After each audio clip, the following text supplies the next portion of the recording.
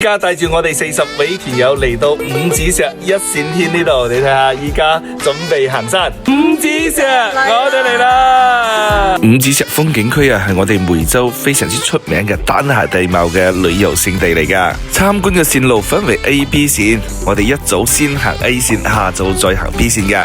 我哋穿過長長嘅一線天通道之後，到達高空懸崖棧道。呢邊嘅路係非常之好行嘅，兩邊咧係懸崖峭壁，喺懸崖峭壁上咧興建呢個棧道，全部都係水泥石組建而成嘅，所以行起上身非常之舒服。我哋沿住棧道啊，一直向前行啊，就會見到五指石啦。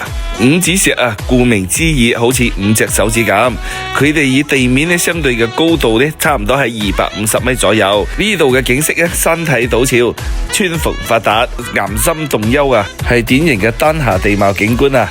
我哋行咗大概2個鐘唔到啊，等陣間就返到餐廳食飯噶啦。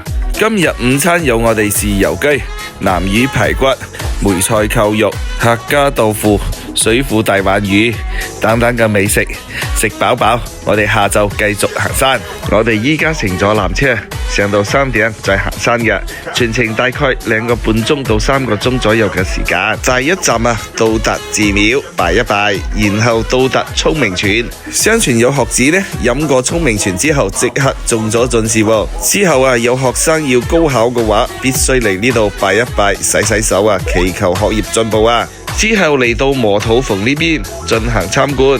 由於我太肥啊，肚皮都俾佢磨到穿晒啊，所以呢條路就行唔到噶啦，留翻俾嗰啲苗條嘅靚姐行啦。依家到咗五指石嘅一線天呢度啦，啊，你睇下，啱啱係1個人通過嘅距離啫吓。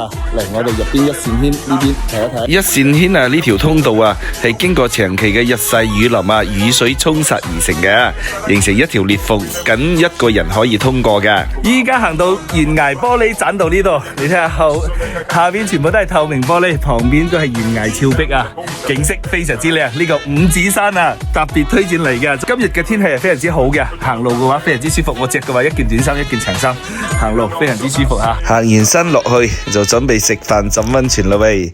咁靚嘅行山路線，有冇朋友想嚟噶？